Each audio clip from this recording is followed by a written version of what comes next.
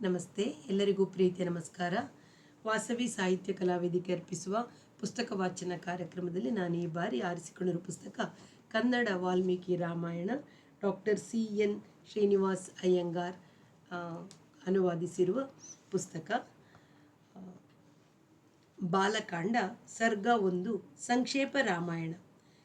ತಪಸ್ಸಿನಲ್ಲಿಯೂ ವೇದಾಧ್ಯಯನದಲ್ಲಿಯೂ ಸದಾಕಾಲವೂ ನಿರತರಾಗಿದ್ದು ವೇದಾರ್ಥಗಳನ್ನು ತಿಳಿದಿರುವವರಲ್ಲಿ ಪರಮಶ್ರೇಷ್ಠರೂ ಋಷಿಪುಂಗವರು ಆದ ನಾರದ ಮಹರ್ಷಿಯನ್ನು ಕುರಿತು ತಪಸ್ವಿಯಾದ ವಾಲ್ಮೀಕಿಯು ಈ ಪ್ರಕಾರವಾಗಿ ಅವರನ್ನು ಪೂಜಿಸಿ ಕೇಳಿದನು. ತಪಸ್ವಧ್ಯಾಯ ನಿರತಂ ತಪಸ್ವಿ ವಾಗ್ವಿದಾಂಬರಂ ನಾರದಂ ಪರಿಪಪ್ರಚ್ಛ ವಾಲ್ಮೀಕಿರ್ಮುನಿಪುಂಗವಂ.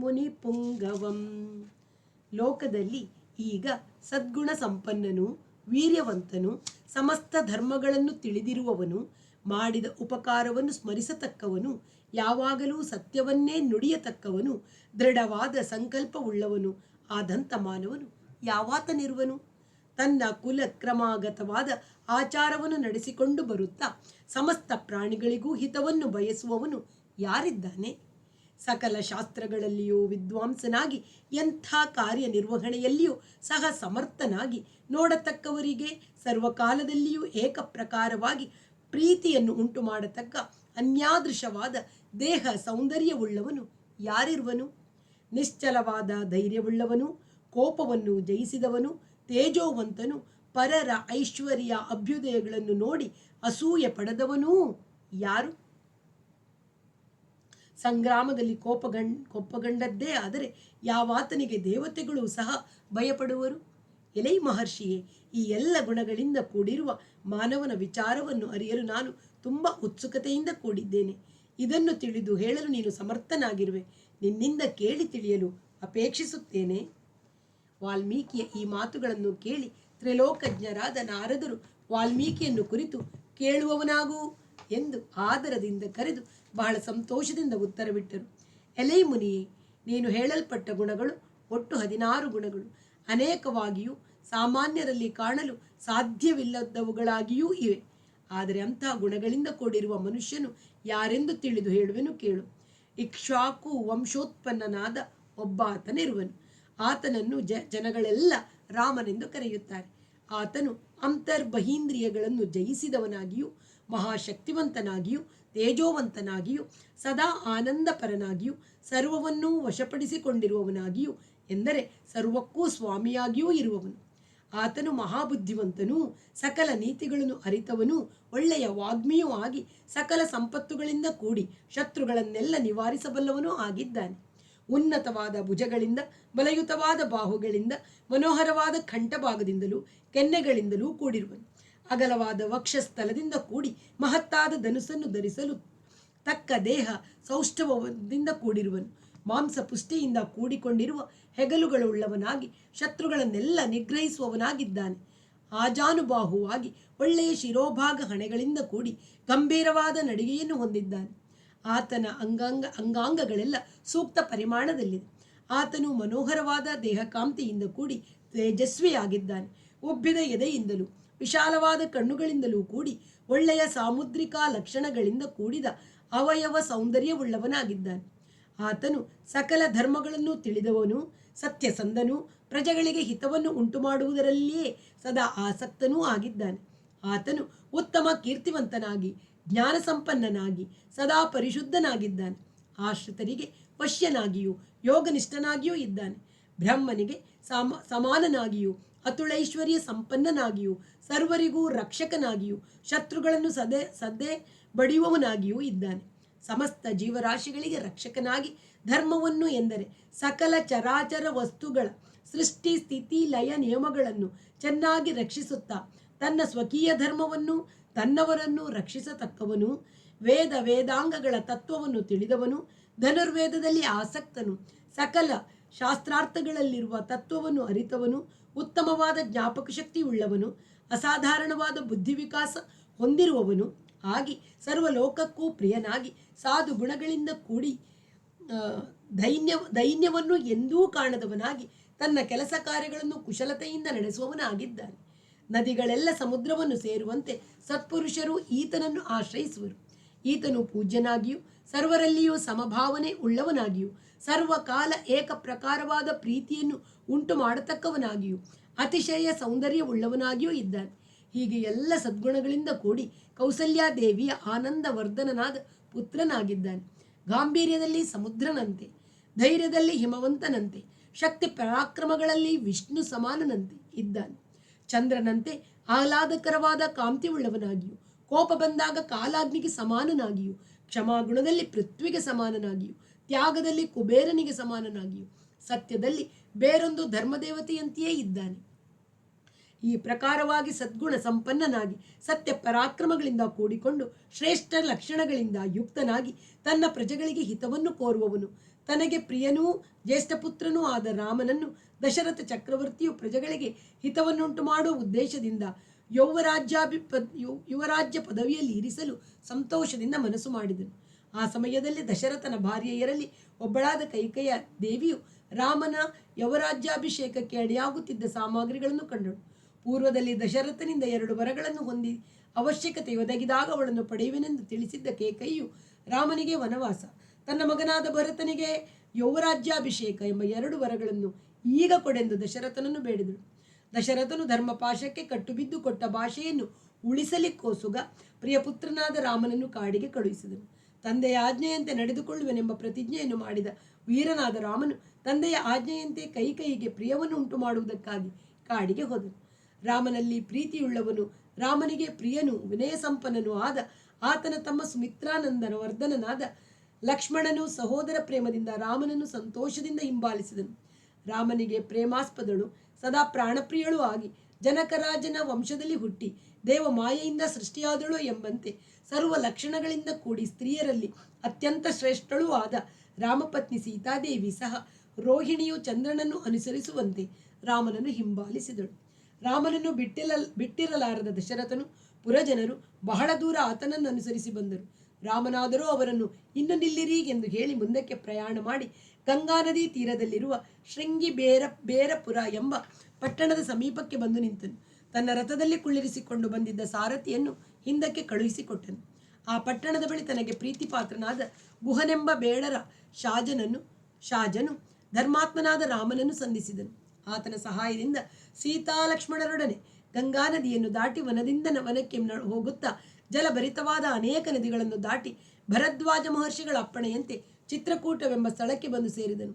ಅಲ್ಲಿ ರಮ್ಯವಾದ ವಾಸಸ್ಥಾನವನ್ನು ಕಟ್ಟಿಕೊಂಡು ದೇವ ಗಂಧರ್ವರಿಗೆ ಸಮಾನರಾದ ಆ 3 ಸುಖವಾಗಿ ವಾಸ ಮಾಡಿಕೊಂಡಿದ್ದರು. ಈ ಪ್ರಕಾರವಾಗಿ ರಾಮನು ಚಿತ್ರಕೂಟಕ್ಕೆ ತೆರಳಲು ದಶರಥನು ಪುತ್ರ ಶೋಕದಿಂದ ಸಂತಪ್ತನಾಗಿ ಸದಾ ರಾಮನನ್ನೇ ನೆನೆಯುತ್ತಾ ರಾಮನನ್ನೇ ಕುರಿತು ದುಃಖಿಸುತ್ತಾ ಸ್ವರ್ಗಸ್ಥನಾದನು.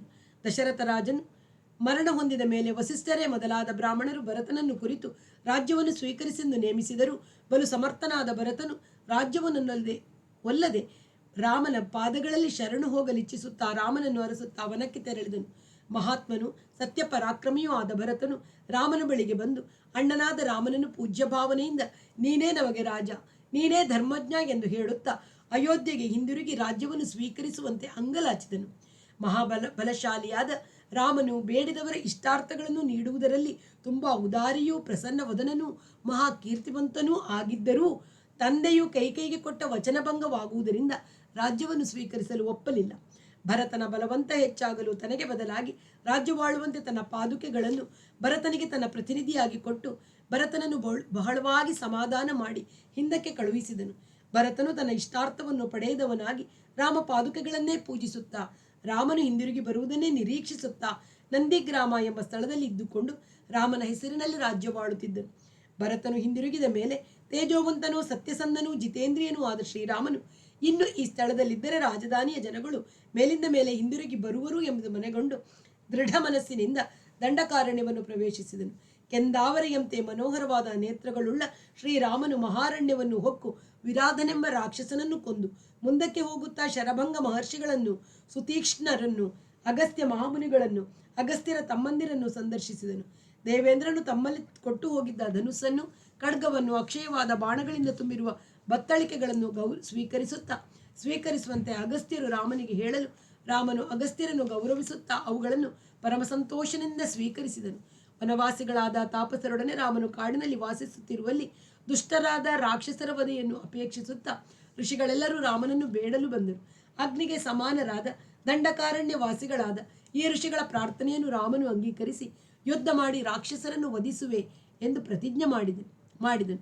ಹೀಗೆ ಅಲ್ಲಿಯೇ ವಾಸ ಮಾಡುತ್ತಿರುವಾಗ ಸಮೀಪದಲ್ಲಿದ್ದ ಜನಸ್ಥಾನವೆಂಬ ಸ್ಥಳದಲ್ಲಿ ವಾಸ ಮಾಡುತ್ತಿದ್ದ ಸ್ವೇಚ್ಛಾರೂಪವನ್ನು ಧರಿಸಲು ಶಕ್ತಳಾದ ಶೂರ್ಪಣಖಿ ಎಂಬ ರಾಕ್ಷಸಿಯು ಸೀತಾರಾಮರಿಗೆ ತೊಂದರೆಯನ್ನು ಕೊಡಲು ಬಂದದ್ದರಿಂದ ರಾಮನ ಮನವನ್ನರಿತ ಲಕ್ಷ್ಮಣನು ಅವಳನ್ನು ವಿರೂಪಗೊಳಿಸಿದನು. ಅನಂತರ ಶೂರ್ಪಣಖಿಯು ಆರ್ತದಿಂದ ಸಂತಪ್ತರಾಗಿ ಯುದ್ಧಕ್ಕೆ ಬಂದ ಖರ, ತ್ರಿಶಿರಸ, ದೂಷಣ ಎಂಬ ರಾಕ್ಷಸರನ್ನು ಅವರನ್ನು ಅನುಸರಿಸಿ ಬಂದ ಎಲ್ಲ ರಾಕ್ಷಸರನ್ನು ರಾಮನ ಯುದ್ಧದಲ್ಲಿ ಕೊಂದನು. ಜನಸ್ಥಾನ ನಿವಾಸಿಗಳಾದ 14,000 ರಾಕ್ಷಸರು ಈ ಪ್ರಕಾರವಾಗಿ ಆವನದಲ್ಲಿ ಹತರಾದರು. ತನ್ನ ಬಂಧುಗಳ ವಧೆಯನ್ನು ಕೇಳಿ ರಾವಣನು ಮಹಾಕೋಪಾವಿಷ್ಟನಾಗಿ ಮಾರೀಚನೆಂಬ ರಾಕ್ಷಸನ ಸಹಾಯವನ್ನು ಬೇಡಿದನು. ಮಾರೀಚನು, ಎಲೈ ರಾವಣ, ಮಹಾಬಲಶಾಲಿಯಾದ ಆ ರಾಮನೊಡನೆ ನಿನಗೆ ವಿರೋಧ ಭಾವವು ಕ್ಷೇಮವಲ್ಲ ಎಂದು ರಾವಣನನ್ನು ಬಹಳವಾಗಿ ತಡೆದನು. ಮೃತ್ಯುವಿನಿಂದ ಪ್ರೇರಿತನಾದ ರಾವಣನು ಮಾರೀಚನ ಮಾತನ್ನು ನಿರ್ಲಕ್ಷಿಸಿ ಹಾಗೂ ಅವನನ್ನು ಬಲಾತ್ಕರಿಸಿ ಅವನೊಡನೆ ಆ ರಾಮನ ಆಶ್ರಮದ ಬಳಿಗೆ ಬಂದನು. ಮಾಯಾವಿಯಾದ ಮಾರೀಚನ ಸಹಾಯದಿಂದ ರಾವಣನು ರಾಮಲಕ್ಷ್ಮಣರನ್ನು ದೂರಕ್ಕೆ ಕಳುಹಿಸಿ ರಾಮನ ಭಾರ್ಯೆಯಾದ ಸೀತೆಯನ್ನು ಅಪಹರಿಸಿ ತಡೆಯಲು ಬಂದ ಜಟಾಯುವೆಂಬ ಗೃದ್ರ ಪಕ್ಷಿಯನ್ನು ಹೊಡೆದು ಹಾಕಿದನು. ರಾಮನು ಹಿಂದಿರುಗಿ ಬಂದಾಗ ಗೃದ್ರನಾದ ಜಟಾಯುವು ಸಾಯುತ್ತಾ ಬಿದ್ದಿರುವುದನ್ನು ಕಂಡು ಸೀತಾದೇವಿಯು ರಾವಣನಿಂದ ಅಪಹರಿಸಲ್ಪಟ್ಟದ್ದನ್ನು ಜಟಾಯುವಿನಿಂದಲೇ ಕೇಳಿ ತಿಳಿದು ಅತ್ಯಂತ ಶೋಕಾವಿಷ್ಟನಾದನು.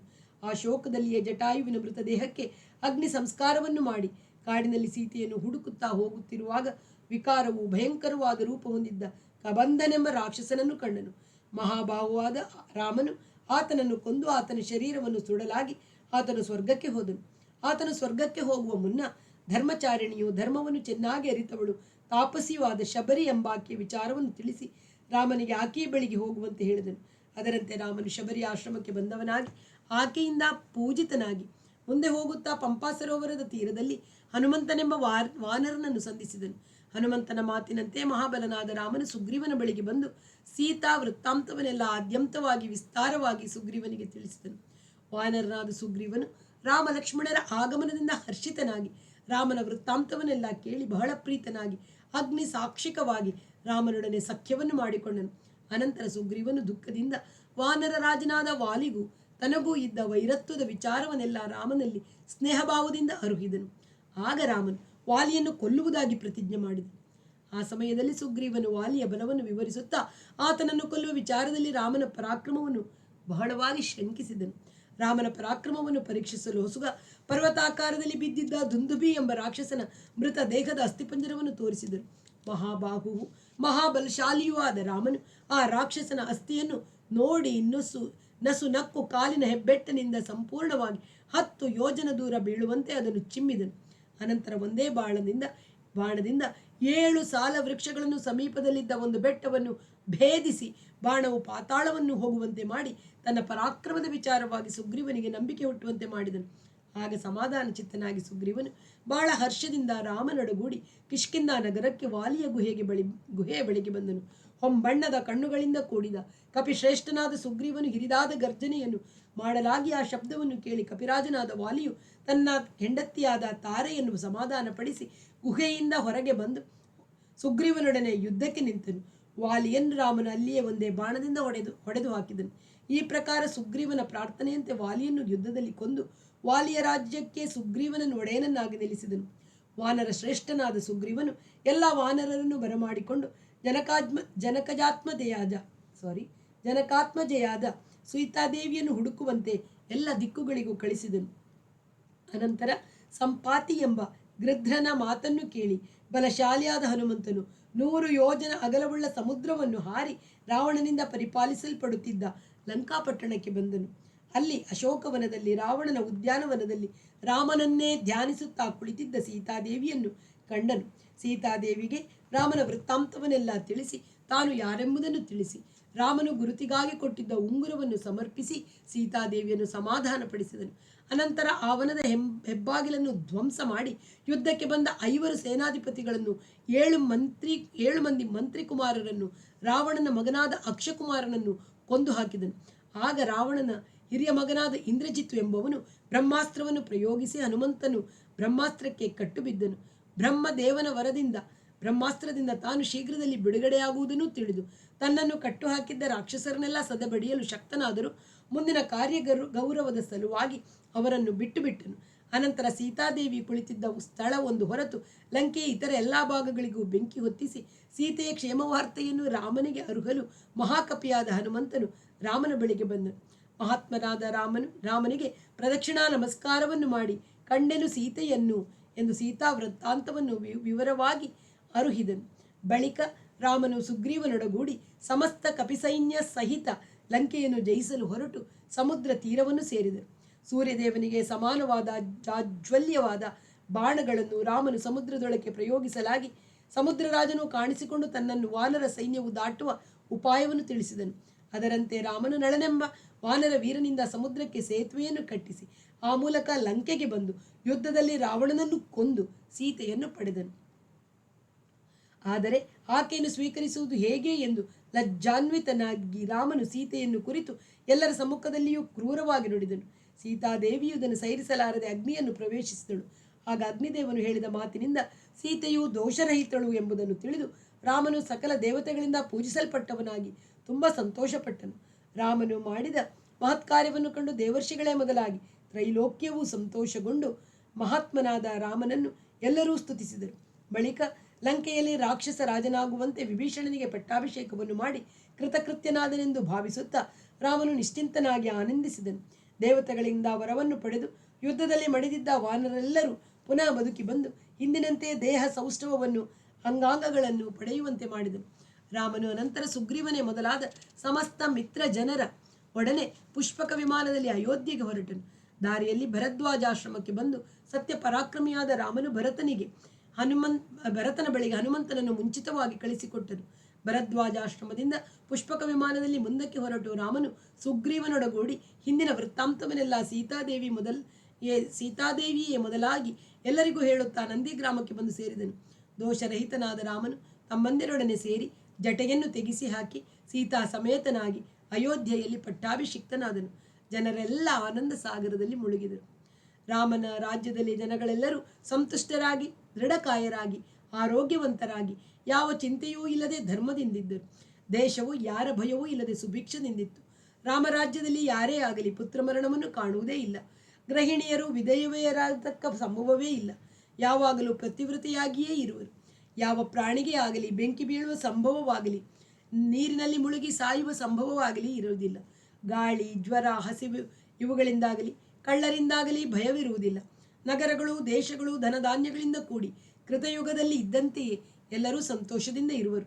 ರಾಮನು 100 ಅಶ್ವಮೇಧ ಯಾಗಗಳನ್ನು ಮಾಡಿ 10,000 ಕೋಟಿ ಗೋವುಗಳನ್ನು ಸಮೃದ್ಧವಾದ ಸುವರ್ಣ ದಕ್ಷಿಣಗಳೊಡನೆ ದಾನ ಮಾಡಿ ಬ್ರಾಹ್ಮಣರಿಗೆ ಲೆಕ್ಕವಿಲ್ಲದಷ್ಟು ಧನವನ್ನು ಕೊಟ್ಟು ಮಹಾ ಯಶಸ್ವಿಯಾಗಿ ಬ್ರಹ್ಮಲೋಕಕ್ಕೆ ತೆರಳುವನು.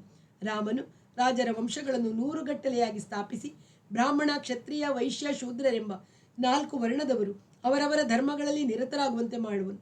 ಈ ಪ್ರಕಾರ 11,000 ವರ್ಷಗಳ ಕಾಲ ರಾಮನು ರಾಜ್ಯವಾಳಿ ಬ್ರಹ್ಮಲೋಕಕ್ಕೆ ತೆರಳುವನು. ಪವಿತ್ರವೂ ಪಾಪನಾಶಕವೂ ಪುಣ್ಯಕರವೂ ವೇದಗಳಿಗೆ ಸಮಾನವೂ ಆದ ಈ ರಾಮಚರಿತ್ರೆಯನ್ನು ಯಾರು ಓದುತ್ತಾರೋ ಅವರ ಸಮಸ್ತ ಪಾಪಗಳಿಂದಲೂ ಬಿಡುಗಡೆ ಹೊಂದುವರು. ಆಯಸ್ಸನ್ನು ವೃದ್ಧಿಗೊಳಿಸತಕ್ಕ ರಾಮಾಯಣವೆಂಬ ಈ ಚರಿತ್ರೆಯನ್ನು ಓದುವ ಮಾನವನು ಮಕ್ಕಳು, ಮೊಮ್ಮಕ್ಕಳು, ಬಂಧು ಜನರು, ಸೇವಕರು ಮೊದಲಾದವರಿಂದ ಕೂಡಿ ಇದ್ದು ಇಹಲೋಕಾನಂತರದಲ್ಲಿ ಸ್ವರ್ಗವನ್ನು ಸೇರಿ ಅಲ್ಲಿ ಪೂಜಿಸಲ್ಪಡುವನು. ಈ ರಾಮಾಯಣವನ್ನು ಓದುವ ಬ್ರಾಹ್ಮಣನು ವೇದ ಜ್ಞಾನ ಸಂಪನ್ನನೂ ವಾಗ್ಮಿಯೂ ಆಗುವನು. ಕ್ಷತ್ರಿಯನು ಭೂಮಿಪಾಲಕನಾಗುವನು. ವೈಶ್ವನು ವ್ಯಾಪಾರದಲ್ಲಿ ಚೆನ್ನಾಗಿ ಲಾಭ ಗಳಿಸುವನು. ಶೂದ್ರ ಜನರು ಕೂಡ ಹೆಚ್ಚಿನ ಗೌರವವನ್ನು ಪಡೆಯುವರು. ಈ ಸರ್ಗದಲ್ಲಿ ಒಟ್ಟು ರಾಮಾಯಣದ ಕಥಾ ವಿಚಾರವು ಬಹಳ ಸಂಗ್ರಹವಾಗಿ ನಿರೂಪಿತವಾಗಿದೆ. ಇದರಲ್ಲಿ ಸರಿಯಾಗಿ 100 ಶ್ಲೋಕಗಳಿವೆ.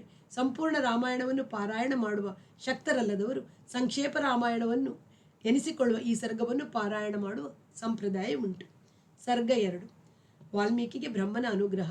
ರಾಮಾಯಣದ ಕಾವ್ಯ ರಚನೆ. ನಾರದನಿಂದ ಉಕ್ತವಾದ ಈ ಮಾತುಗಳನ್ನು ಕೇಳಿ ಧರ್ಮಾತ್ಮನೂ ವೇದಜ್ಞನೂ ಆದ ವಾಲ್ಮೀಕಿ ಮಹಾಮುನಿಯು ಶಿಷ್ಯರೊಡಗೂಡಿ ನಾರದರನ್ನು ಯಥಾವಿಧಿಯಾಗಿ ಪೂಜಿಸಿದನು.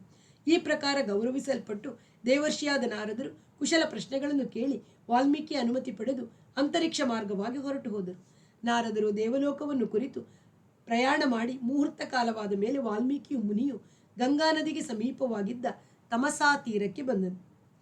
ಆ ತೀರ್ಥದ ತೀರಕ್ಕೆ ಬಂದು ಕೆಸರಿಲ್ಲದ ತಿಳಿಯಾಗಿದ್ದ ಅದನ್ನು ಕಂಡು ಪಕ್ಕದಲ್ಲಿ ನಿಂತಿದ್ದ ಭರದ್ವಾಜನೆಂಬ ಶಿಷ್ಯನನ್ನು ಕುರಿತು ವಾಲ್ಮೀಕಿಯು ಹೀಗೆ ಹೇಳಿದನು. ಎಲೈ ಭರದ್ವಾಜನೇ, ಈ ತೀರ್ಥವು ಕೆಸರಿಲ್ಲದೆ ಇರುವುದನ್ನು ನೋಡು. ಸತ್ಪುರುಷರ ಮನಸ್ಸಿನಂತೆ ರಮಣೀಯವಾಗಿ ನಿರ್ಮಲೋದಕದಿಂದ ಕೂಡಿದೆ. ಅಪ್ಪ, ಕಲಶ ಪಾತ್ರೆಯನ್ನು ಇಲ್ಲಿಯೇ ಇಡು, ನನ್ನ ನಾರುಮಡಿಯನ್ನು ಕೊಡು. ಶ್ರೇಷ್ಠವಾದ ಈ ತಮಸಾ ತೀರ್ಥದಲ್ಲಿಯೇ ಇಂದು ಸ್ನಾನ ಮಾಡುವೆನು. ಮಹಾತ್ಮನಾದ ವಾಲ್ಮೀಕಿಯ ಅಪ್ಪಣೆಯಂತೆ ಭರದ್ವಾಜನು ಭಕ್ತಿ ಭಾವದಿಂದ ನಾರುಮಡಿಯನ್ನು ತನ್ನ ಗುರುವಿಗೆ ಅರ್ಪಿಸಿದನು. ಜಿತೇಂದ್ರಿಯನಾದ ವಾಲ್ಮೀಕಿಯು ಶಿಷ್ಯನ ಕೈಯಿಂದ ನಾರುಮಡಿಯನ್ನು ತೆಗೆದುಕೊಂಡು ವಿಸ್ತಾರವಾದ ಆ ವನವನ್ನೆಲ್ಲ ನೋಡುತ್ತಾ ಸಂಚರಿಸಿದನು. ಮಹಾಮಹಿಮನಾದ ವಾಲ್ಮೀಕಿಯು ಹೀಗೆ ಸಂಚರಿಸುತ್ತಿರಲು ಇಂಪಾದ ಧ್ವನಿಯಿಂದ ಕೂಡಿ ಒಂದನ್ನೊಂದು ಎಡೆಬಿಡದೆ ಅಲ್ಲಿಯೇ ತಿರುಗುತ್ತಿದ್ದ ಕ್ರೌಂಚದ ಪಕ್ಷಿಗಳ ಜೋಡಿಯೊಂದನ್ನು ಕಂಡನು. ದ್ವೇಷ ಬುದ್ಧಿಯುಳ್ಳವನು ಪಾಪಿಯೂ ಆದ ಬೇಡನೊಬ್ಬನು ಆ ಪಕ್ಷಿಗಳ ಪೈಕಿ ಗಂಡು ಪಕ್ಷಿಯನ್ನು ವಾಲ್ಮೀಕಿಯು ನೋಡುತ್ತಿರುವಂತೆ ಹೊಡೆದು ಕೆಡವಿದನು. ಗಂಡು ಪಕ್ಷಿಯು ನೆಲದಲ್ಲಿ ಬಿದ್ದು ರಕ್ತದಿಂದ ತೋಯ್ದು ಹೊರಳುತ್ತಿರುವುದನ್ನು ಕಂಡು ಹೆಣ್ಣು ಪಕ್ಷಿಯು ದೈನ್ಯದಿಂದ ಅರಚಿಕೊಳ್ಳುತ್ತಿತ್ತು. ಕೆಂಪಾದ ತಲೆಯಿಂದಲೂ ಪುಷ್ಟಿಯಾಗಿ ಬೆಳೆದ ರೆಕ್ಕೆಗಳಿಂದಲೂ ಕೂಡಿದ ತನ್ನ ಒಡನಾಡಿಯಾದ ಪತಿಯನ್ನು ಕಳೆದುಕೊಂಡು ಆ ಹೆಣ್ಣು ಪಕ್ಷಿಯು ದೈನ್ಯದಿಂದ ಕೂಗಿಕೊಳ್ಳುತ್ತಿತ್ತು. ಆ ರೀತಿಯಲ್ಲಿ ಪಕ್ಷಿಯು ಬೇಡನಿಂದ ಕೊಲ್ಲಲ್ಪಟ್ಟು ಬಿದ್ದುದನ್ನು ಕಂಡು ಧರ್ಮಾತ್ಮನಾದ ಆ ಋಷಿಯ ಹೃದಯದಲ್ಲಿ ಕರುಣೆ ಉಕ್ಕಿ ಬಂತು. ಗೋಳುಡುತ್ತಿದ್ದ ಆ ಹೆಣ್ಣು ಪಕ್ಷಿಯ ಕೂಗನ್ನು ಕೇಳಿ ದಯಾವಂತನಾದ ವಾಲ್ಮೀಕಿಯು ಇದು ಅಧರ್ಮವೆಂದು ತಿಳಿದು ಮಾ ನಿಷಾದ ಪ್ರತಿಷ್ಠಾಂ ತ್ವಮಗಮಶ್ವಾತಿ ಸಮಾಹ ಯತ್ಕ್ರೌಂಚ ಮಿಥುನಾದೇಕಮವಧಿಹಿ ಕಾಮಮೋಹಿತಂ ಎಂದು ಶ್ಲೋಕ ನುಡಿದನು. ವಾಲ್ಮೀಕಿಯು ಈ ಶ್ಲೋಕದಿಂದ ಉದ್ದೇಶಿಸಿ ಅರ್ಥ: ಎಲೆ ಬೇಡನೆ, ಅನ್ಯೋನ್ಯತೆಯಿಂದ ಕಲೆತಿದ್ದ ಈ ಹೆಣ್ಣು ಗಂಡು ಪಕ್ಷಿಗಳ ಪೈಕಿ ಕಾಮಪರವಶನಾಗಿದ್ದ ಒಂದನ್ನು ನೀನು ಕೊಂದೆಯಾದ್ದರಿಂದ ನೀನು ಬಹಳ ವರ್ಷಗಳ ಕಾಲ ಬದುಕಬೇಡ. ಎಂದರೆ ನೀನು ಬೇಗನೆ ಸಾಯುವವನಾಗು.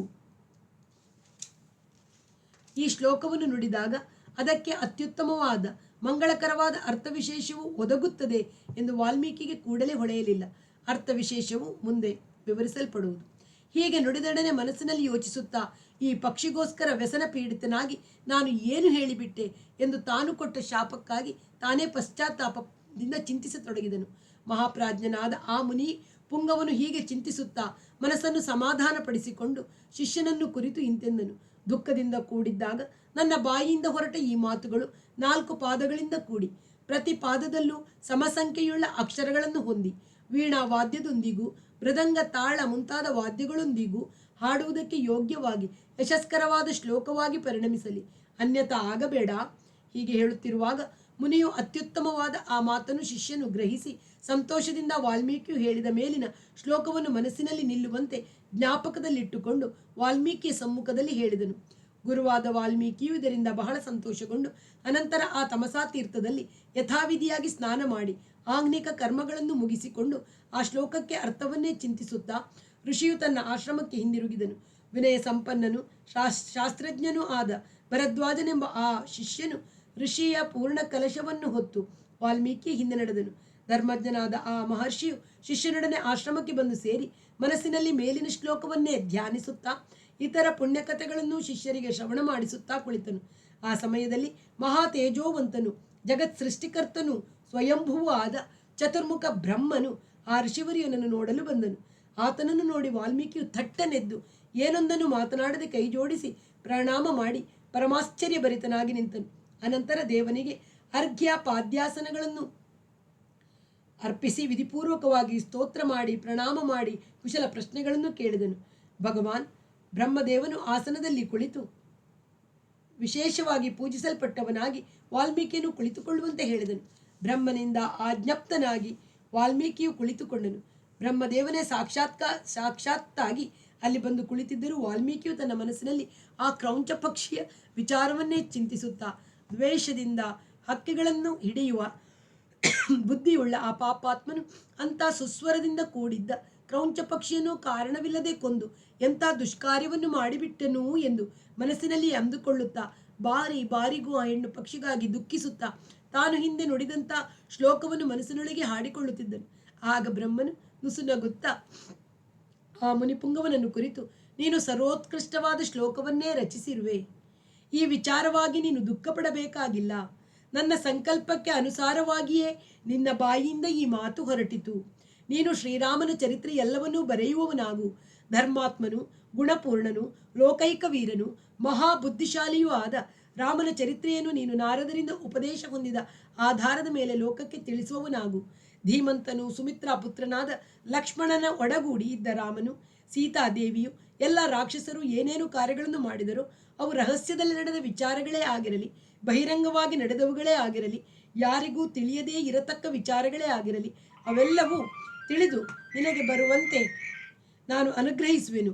ನೀನು ಬರೆಯತಕ್ಕ ಕಾವ್ಯದಲ್ಲಿ ಎಲ್ಲಿಯೂ ಸುಳ್ಳಾದ ಮಾತು ಬರದಿರಲಿ ಎಂದು ಅನುಗ್ರಹಿಸುವೆನು. ಪುಣ್ಯಕರವಾದ ರಾಮಕಥೆಯನ್ನು ಮನೋಹರವಾದ ಶ್ಲೋಕಗಳಿಂದ ರಚಿಸುವವನಾಗು. ಈ ಭೂಮಂಡಲದಲ್ಲಿ ಬೆಟ್ಟಗಳು, ನದಿಗಳು ಎಷ್ಟು ಕಾಲ ಇರುವವೋ ಅಷ್ಟು ಕಾಲ ರಾಮಾಯಣ ಕಥೆಯು ಜನರಲ್ಲಿ ಪ್ರಚಾರ ಹೊಂದಿರುವುದು. ನೀನು ರಚಿಸತಕ್ಕ ರಾಮಾಯಣದ ಕಥೆಯು ಎಷ್ಟು ಕಾಲ ಪ್ರಚಾರದಲ್ಲಿರುವುದೋ ಅಲ್ಲಿಯವರೆಗೆ ಮಾತ್ರವಲ್ಲದೆ ಅದರ ತರುವಾಯ ಕೂಡ ನೀನು ನನ್ನ ಲೋಕಗಳಲ್ಲಿ ವಾಸ ಮಾಡುವೆ. ಹೀಗೆಂದು ಹೇಳಿ ಭಗವಾನ್ ಬ್ರಹ್ಮದೇವನು ಅಲ್ಲಿ ಅಂತರ್ಧಾನನಾದನು. ಪೂಜ್ಯನಾದ ವಾಲ್ಮೀಕಿ ಮುನಿಯು, ಆತನ ಶಿಷ್ಯರು ಆಶ್ಚರ್ಯಭರಿತರಾದರು. ಅನಂತರ ಆ ಶಿಷ್ಯರೆಲ್ಲರೂ ಮೇಲಿನ ಶ್ಲೋಕವನ್ನು ಪದೇ ಪದೇ ಹಾಡುತ್ತಾ ಅದರ ಅಂತರಾರ್ಥವನ್ನು ಎಲ್ಲರಿಗೂ ಸ್ಪಷ್ಟವಾದ ಕಾರಣ ಹೆಚ್ಚಾದ ಸಂತೋಷವನ್ನು, ಆಶ್ಚರ್ಯವನ್ನು ಹೊಂದಿದರು. ಯಾವುದನ್ನು ಮಹರ್ಷಿಯು ಒಂದೇ ಸಂಖ್ಯೆಯುಳ್ಳ ಅಕ್ಷರದಿಂದ ಕೂಡಿದ 4 ಪಾದಗಳಿರುವಂತೆ ಹಾಡಿದರೋ ಅದನ್ನು ಶಿಷ್ಯರು ಪದೇ ಪದೇ ಹಾಡಿದುದರ ಫಲವಾಗಿ ಶೋಕವು ಶ್ಲೋಕ ರೂಪವಾಗಿ ಪರಿಣಮಿಸಿ ಖ್ಯಾತಿಯನ್ನು ಪಡೆಯಿತು. ಪರಮಾತ್ಮ ಧ್ಯಾನದಲ್ಲಿಯೇ ನಿರತನಾದ ವಾಲ್ಮೀಕಿಗೂ ಇಂತಹ ಶ್ಲೋಕಗಳಿಂದಲೇ ಸಂಪೂರ್ಣವಾದ ರಾಮಾಯಣ ಕಾವ್ಯವನ್ನು ರಚಿಸಬೇಕೆಂಬ ಬುದ್ಧಿಯೂ ಹುಟ್ಟಿತು. ಬುದ್ಧಿ ಸಂಪನ್ನನಾದ ಆ ಮಹಾಮುನಿಯು ಈ ಪ್ರಕಾರವಾಗಿ ಕೀರ್ತಿವಂತನಾದ ಶ್ರೀರಾಮನ ಚರಿತ್ರೆಯನ್ನು ಓದತಕ್ಕವರಿಗೂ ಕೇಳತಕ್ಕವರಿಗೂ ಯಶಸ್ಕರವಾಗುವಂತೆ ಮನೋಹರವಾಗಿ ಘನವಾದ ವೃತ್ತಗಳಿಂದ, ವಿಶೇಷಾರ್ಥಗಳಿಂದಲೂ ಕೂಡಿ ಸಮಾಕ್ಷರಗಳಿಂದ ಪ್ರಾಸಬದ್ಧವಾಗಿರತಕ್ಕ 106 ಶ್ಲೋಕಗಳು ಒಳಗೊಳ್ಳುವಂತೆ ರಚಿಸಿದನು. ಈ ಪ್ರಕಾರವಾಗಿ ಸಮಾಸ, ಸಂಧಿಗಳೇ ಮೊದಲಾದ ವ್ಯಾಕರಣ ವಿಶೇಷಗಳಿಂದ ಕೂಡಿದ ಮಧುರವಾದ ಅರ್ಥವುಳ್ಳ ಒಂದೇ ಸಮವಾದ ವಾಕ್ಯಗಳಿಂದ ಕೂಡಿ ವಾಲ್ಮೀಕಿ ಮುನಿಯಿಂದ ರಚಿತವಾದ ರಘುವರನ ಚರಿತ್ರೆಯನ್ನು, ರಾವಣವಧೆಯ ವಿಚಾರವನ್ನು ತಿಳಿಯಿರಿ. ಈ ಮೇಲಿನ ಶ್ಲೋಕಕ್ಕೆ ವಾಲ್ಮೀಕಿಯು ಅಭಿಪ್ರಾಯಪಟ್ಟಿದ್ದ ಅರ್ಥವು ಹಿಂದೆ ನಿರೂಪಿತವಾಗಿದೆ. ಈಗ ಇದರ ವಿಶೇಷಾರ್ಥವನ್ನು, ಹೆಚ್ಚಿನ ವಿವರಗಳನ್ನು ನೋಡೋಣ. ಮಾ ಅಂದರೆ ಲಕ್ಷ್ಮಿ, ನಿಷಾದ ನಿಷೀದತಿ, ಅಸ್ಮಿನ್ ಇತಿ ನಿಷೀದತಿ, ನಿಷಾದಃ ನಿವಾಸ ಸ್ಥಾನ, ಎಲೈ ಮಾನಿಷಾದ. ಲಕ್ಷ್ಮೀ ನಿವಾಸ ಸ್ಥಾನನಾದ ಶ್ರೀಮನ್ನಾರಾಯಣನೇ ಕೃಂಚಳ ಮಗನಾದ ರಾವಣ, ಆತನ ಪತ್ನಿ ಮಂಡೋದರಿ, ಈ ದಂಪತಿಗಳ ಪೈಕಿ ಪರಸ್ತ್ರೀಯರಲ್ಲಿ ಕಾಮದಿಂದ ಮೋಹಿತನಾಗಿದ್ದ ರಾವಣನನ್ನು ನೀನು ಕೊಂದೆಯಾದ್ದರಿಂದ ನೀನು ಸದಾಕಾಲವೂ ಇದ್ದುಕೊಂಡಿರು, ಅಥವಾ ನಿನ್ನ ಮಹಾತ್ಮ್ಯವು ಸದಾಕಾಲದಲ್ಲಿಯೂ ನೆಲೆಗೊಂಡಿರಲಿ. ಹೀಗೆ ಈ ಶ್ಲೋಕವು ರಾಮಾಯಣದ ಕಥೆಗೆ ಸಂಕ್ಷೇಪವಾದ ಸೂಚನೋಪಾದಿಯಲ್ಲಿಯೂ ಗ್ರಂಥಕ್ಕೆ ಮಂಗಳಾಚರಣ ರೂಪದಲ್ಲಿಯೂ ದೇವತಾ ಸ್ತೋತ್ರವಾಗಿಯೂ ಇದೆ. ಕ್ರೌಂಚ ಮನಸ್ಸು ಎಂಬ ಪಕ್ಷಿ, ಕಾಮಮೋಹಿತವಾದ ಮನಸ್ಸು, ನಿಷ್ಕಾಮದಿಂದಿರುವ ಮನಸ್ಸು ಎಂಬ ಈ ಪಕ್ಷಿ ದ್ವಯಗಳಲ್ಲಿ ಕಾಮದಿಂದ ಕೂಡಿದ ಮನಸ್ಸನ್ನು ಜಯಿಸಿ ಮಾನಿಷಾದ ಪ್ರತಿಷ್ಠಾಂ, ಶ್ರೀಮನ್ನಾರಾಯಣನ ಸಾನ್ನಿಧ್ಯವನ್ನು ಚಿರಕಾಲ ಹೊಂದುವವನಾಗು ಎಂದು ಜೀವಾತ್ಮನಿಗೆ ಉಪದೇಶ ರೂಪವಾದ ಅರ್ಥವನ್ನು ಪ್ರತಿಪಾದಿಸುತ್ತದೆ. ಶ್ರೀಮದ್ ರಾಮಾಯಣಕ್ಕೆ ಯಾವುದು ಮಂಗಳ ಶ್ಲೋಕವಾಗಿ ಪರಿಣಮಿಸಿತೋ ಅದೇ ಶ್ಲೋಕವು ಈ ಪ್ರಕಾರ ಶ್ರೀಮದ್ ಭಗವದ್ಗೀತೆಯ ಒಟ್ಟು ಸಾರಾಂಶವನ್ನು ಪ್ರತಿಪಾದಿಸುತ್ತದೆ. ರಾಮಾಯಣದ 6 ಖಂಡಗಳಲ್ಲಿರುವ ಕಥಾವಸ್ತು ಈ ಶ್ಲೋಕದಲ್ಲಿ ಅಡಕವಾಗಿದೆ. ಮಾನಿಷಾದ ಲಕ್ಷ್ಮೀಪತಿ, ಸೀತಾ ಕಲ್ಯಾಣವನ್ನೊಳಗೊಂಡ ಬಾಲಕಾಂಡವನ್ನು ಸೂಚಿಸುತ್ತದೆ. ಪ್ರತಿಷ್ಠಾಂ ತ್ವಂ ಆಗಮಃ, ಪಿತೃವಾಕ್ಯ ಪರಿಪಾಲನೆ ಎಂಬ ಮಹಾತ್ಮ್ಯವನ್ನು ಪಡೆಯುವವನಾಗು. ಅಯೋಧ್ಯಾಕಾಂಡ. ಶಾಶ್ವತೀ ಸಮಾಹ, ಅನೇಕ ವರ್ಷ ಅರಣ್ಯದಲ್ಲಿ ಋಷಿಗಳ ಕಷ್ಟ ನಿವಾರಣೆ ವಾಸ ಮಾಡಿದೆ, ಅರಣ್ಯಕಾಂಡ. ಮತ್ತು 1000 ವರ್ಷ ಧರ್ಮ ಪರಿಪಾಲನೆ ಮಾಡುತ್ತಾ ರಾಜ್ಯಭಾರವನ್ನು ಎಸಗಿದೆ, ಉತ್ತರಕಾಂಡ. ಕ್ರೌಂಚ ಮಿಥುನಾತ್ ಏಕಂ ಅವಧಿಹಿ, ತಾರಾ ವಾಲಿಗಳ ಪೈಕಿ ದುಷ್ಟನಾದ ವಾಲಿಯನ್ನು ವಧಿಸಿದೆ, ಕಿಷ್ಕಿಂಧಾಕಾಂಡ. ಕ್ರೌಂಚ ಮಿಥುನಾತ್, ಕ್ರೌಂಚ ಶಬ್ದಕ್ಕೆ ಕೃಶರಾದವರು ಎಂದರ್ಥ. ಸೀತಾರಾಮರಿಬ್ಬರು ಒಬ್ಬರನ್ನು ಒಬ್ಬರು ಅಗಲಿ ಕೃಶರಾಗಿದ್ದುದರಿಂದ ಕಾಣಬಹುದಾದ ಸುಂದರ ಕಾಂಡ. ಏಕಂ ಕಾಮಮೋಹಿತಂ ಅವಧೀಹಿ, ಅತ್ಯಂತ ಕಾಮಮೋಹಿತನಾದ ರಾವಣನನ್ನು ಕೊಂದೆ, ಯುದ್ಧಕಾಂಡ. ಈ ವಿಧವಾದ ಅರ್ಥ ವಿವರಣೆಯು ಕೇವಲ ಚಮತ್ಕಾರವೆಂದು ಆಕ್ಷೇಪಿಸಬಹುದಾದರೂ ಇಂಥ ವಿಶೇಷಾರ್ಥಗಳನ್ನು ಭಗವದ್ ಅನುಗ್ರಹದಿಂದ ಲಿಖಿತವಾದ ಮಹದ್ ಗ್ರಂಥಗಳಲ್ಲಿ ಕಾಣಬಹುದೇ ಹೊರತು ಸಾಮಾನ್ಯ ಗ್ರಂಥಗಳಲ್ಲಿ ಕಾಣಲಾರೆವು. ವಾಲ್ಮೀಕಿಯು ಆದಿಕವಿ. ಆದಿಕವಿ ಎಂದರೆ ಮೊಟ್ಟ ಮೊದಲನೆಯ ಕವಿ ಎಂದು ಮಾತ್ರವಲ್ಲ, ಎಂದೆಂದಿಗೂ ಆತನು ಕವಿಗಳಲ್ಲಿ ಅಗ್ರೇಸರನು. ಮಾನಿಷಾದ ಎಂಬುದು ಆದಿಕವಿಯ ಆದಿ ಶ್ಲೋಕ, ಜಗತ್ತಿನಲ್ಲಿ ಮೊಟ್ಟ ಮೊದಲನೆಯ ಪದ್ಯ. ಇನ್ನು ಮುಂದಿನ ಭಾಗವನ್ನು ಮುಂದೆ ಕೇಳೋಣ. ಎಲ್ಲರಿಗೂ ಅಲ್ಲಿಯವರೆಗೆ ಪ್ರೀತಿಯ ನಮಸ್ಕಾರ. ವಾಸವಿ ಸಾಹಿತ್ಯ ಕಲಾವೇದಿಕೆ, ಸುಳ್ಯ.